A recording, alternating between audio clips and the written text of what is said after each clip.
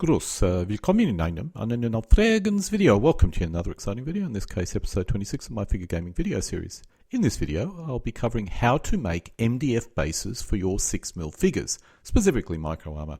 While I currently use laser cut professionally finished MDF bases, in the past I used to make my own bases. This video would be useful for players who wish to base a force mix at a low cost. This video will provide instructions for the creation of homemade 3mm MDF bases. My strong advice is to purchase professionally manufactured bases, as they will be correctly sized. However, players who wish to base their force mix on the cheap may find this useful. The issue with homemade bases is that they will not be sized exactly. However, I found this is not really very noticeable and is a valid option for older or lower quality figures. The other point to be made is most hardware shops only stock 3mm thick MDF sheets, so all your bases will be thick, which I personally believe for 6mm is the correct thickness, but others may disagree. While my initial preference was for 2mm thick MDF bases, I have found that 3mm thick bases do have a number of advantages. Especially for infantry, they are much easier to pick up. They also allow you to place a label on the edge describing the base. The advantage of this is you do not need to pick up the base to see what it may be. You can quickly see this by looking at the bases from the owning player's edge. I must point out I personally no longer place labels on the rear edge of my bases. However, this is mainly due to the rules I currently use. If using a set of rules such as FFT3, the rear edge labels can be very useful, especially for infantry elements. This shows a slightly out of focus close-up of my homemade 3mm MDF base. Please excuse the poor quality paint job, as these are homemade figures I use for testing purposes. This is an early test and I'll not use this type of flock in the future, but it shows you the base in detail. You can see white under the base. In order to assist me in identifying what the base represents, I normally glue a piece of paper with a description printed on it. The reason why the paper is protruding is because the base is not exactly a 30mm square. I trim the paper and sand the edges, which you'll see later in the video, so this goes away. With my most current bases, I use a whiteboard marker to colour the edges black, and after gluing the paper on the rear and trimming the edge, I use a black whiteboard marker to eliminate any white edges. I actually feel that the bases look better when the edges are black rather than, let's say, the colour of the playing area, as you can see here. The rest of the videos will show you how you can make your own 3mm MDF bases using hardware supplied MDF sheets. Most hardware companies sell MDF sheets which are 60cm by 90cm in size. The first thing to do is to cut this into more manageable pieces. I normally cut them into 3 pieces, each of which are 60cm long and between 30cm and 40cm deep or wide. To cut your manageable MDF sheets, you need to brace it down on a workbench and use a jigsaw with a fine blade. A handsaw can also be used, but it's much more difficult. You'll need to use a guide to ensure the cut is straight. This shows my jigsaw, workbench and the MDF board braced onto it. Remember, always make sure you use eye protection whenever you use power tools. If you lose an eye, it may impact your ability to paint figures, and that's simply too horrible to think of.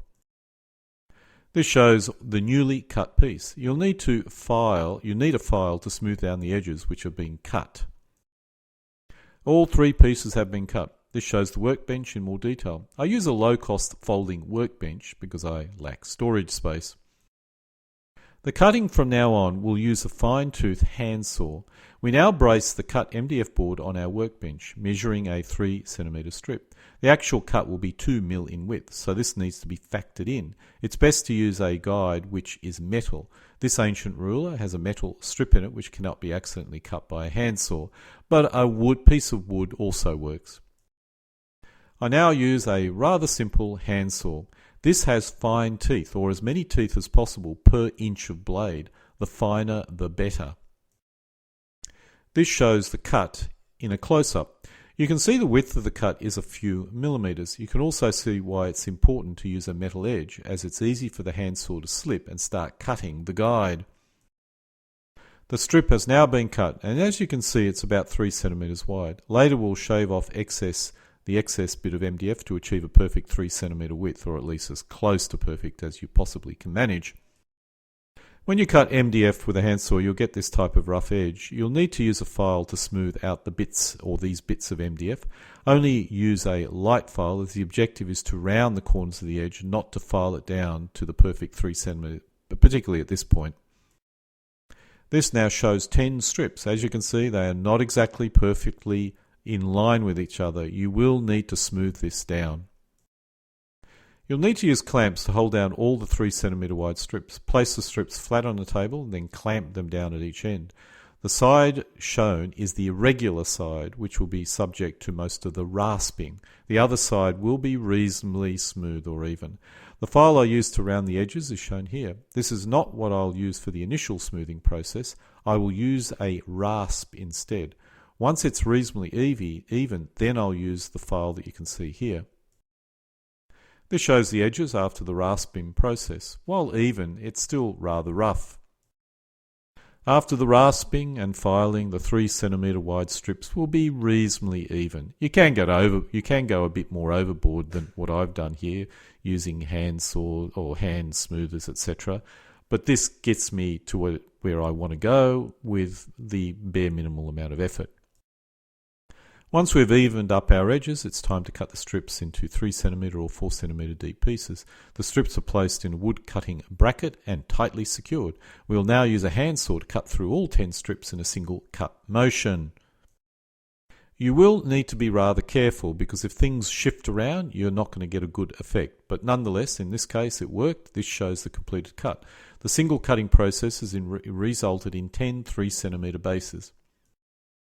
As we cut through the 10 strips, you'll need to start bracing both ends to ensure an even cut. If the 3 cm MDF strips move around, you'll end up with uneven cuts. Within a comparatively short period of time, we now have 100 3 cm square bases. Many of these bases will have rough edges. This needs to be sanded down with a fine file. In this example, I'm showing painted bases. I, these days, feel you're better off using a spray paint, one that you can get from a hardware shop. It doesn't need to be a particularly great spray paint, but you'll get a better effect if you spray it a dark green or a dark grey or something of that nature. Anyway, nonetheless, once I've painted or the bases have been covered, in this case I'm using Nosh Blumenweiss, light green or light brown flock. Since making the original version of the video, I've moved to Woodland's Fine Turf Flock, which I feel provides a superior result. I now place a blob of glue on each base and start using my finger to evenly spread it across the entire base. Once complete, I press it into the flock in the container shown at the top. This shows the bases all covered with glue, and at the top you'll see 2 bases which have been pressed into the flock.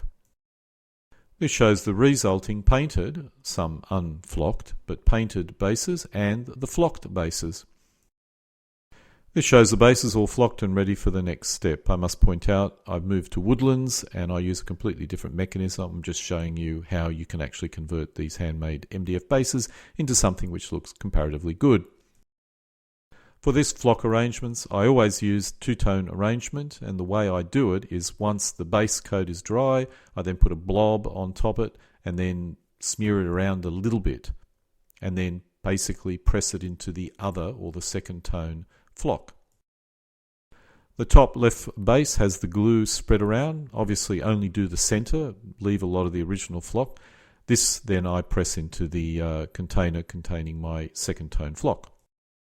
This shows the bases with the second flock applied. Using this mechanism, which is based on a video I saw on YouTube many years ago, you do get more of a 3D effect. But these days I go Woodlands, I put the second tone on first, shake it around a bit, and then put the base tone on top of it, and I get the two-tone effect, but it's a very flat effect, not a 3D effect, and I tend to prefer it these days.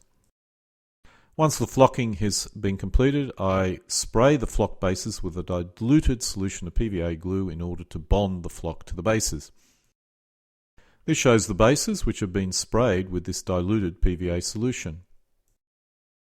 This shows the spray bottle that I use to spray the PVA solution. The solution is normally 50% diluted solution of craft PVA glue with some detergent in to keep the fluid from clogging up the spray gun. These days I use closer to 30% diluted solution of craft PVA glue. It depends on what your preferences are. This shows all the bases sprayed and almost fully dry. What I'm showing here is gluing a label on the bottom of each base describing the figure that's on top of it. This shows a number of bases, both 3 cm square and 4 cm deep bases. A quick note about the label: I do not glue this on the base for any game reason. Its main purpose is only to allow me to identify what the element on the base is, especially after many years of storage. If players can identify the figure by just looking at it, there's no need to do this. The flocked and labelled bases have rough edges, as can be seen here. This needs to be filed down. This also allows you to reduce the size of the base if it's too wide. Using a file, our base edge is now nice and smooth. In some cases you may need to paint the edge if the filing has been extensive. These days I just use a black marker to basically make it a black. Now I base the figures on the base. I use super glue because if I want to remove the figure from the base, in some ways it's easier with figures like this. If you use PVA glue, it's much harder to remove the vehicle from the base. However, I have to admit, if you use PVA glue, you can simply soak the base in water for a day and it becomes fairly easy to remove. And actually for infantry, I never use super glue for infantry. But for tanks, use super glue on something like this. You put a screwdriver under it and just twist it a bit and it normally pops off fairly easily. I now place a label on the rear edge showing me what the element is. This is once again to allow me to identify the element without picking it up. In most cases, players will have no need to place a label on the base edge, and unless you have a specific requirement, I would not bother doing it. The label under the base is sufficient to allow you to identify what the figure is. I use hardware quality PVA glue, which I apply to the rear edge. After creating the video, I discovered it was easier to place the label on before the figure was mounted on it, and I would advise you to do that if you're going down this particular path. My bases are now labelled. By placing the label on the rear edge, it allows the owning player to easily identify the element. It's also useful for some infantry elements to show what the rear is. The later is surprisingly useful. Infantry, especially 6mm, can be difficult for players to determine which way they are facing. The rules I use now does not care about facing, so I don't really have an issue. However, if I use FFT3, the facing is rather important, and the label on the rear can assist you in identifying the rear of the element very easily. Now I am adding some additional brushes to the base to give it a better effect. Daub some glue on a few spots and add the flock. These days I only do 2 blobs. The grass-like flock is added and we have a comparatively better effect. I try and use the lightest possible grass to lighten up the base, at least I used to in the old days. These days I use much darker flock, and in some ways I prefer that. While I've used my homemade bases for my lower quality figures and my infantry figures, I currently feel using professionally manufactured bases for my high quality figures is the best solution. I found a company in the UK which custom makes bases called War Bases. They offer a very wide range of bases, are reasonably priced, and deliver on the other side of the world with minimal issues. I can highly recommend this company. This shows an example base from War Bases. You'll notice the edges are black, which I achieved by the use of a black whiteboard marker. You'll also notice the flock is very different from the prior examples. In this case, I'm using woodland fine turf. The turf is two-tone, and I use woodland olive green underbrush to give the figure some foliage. I use this system for Ancients, Napoleonics 15mm, as well as all my 6mm figures, and I find it works reasonably well.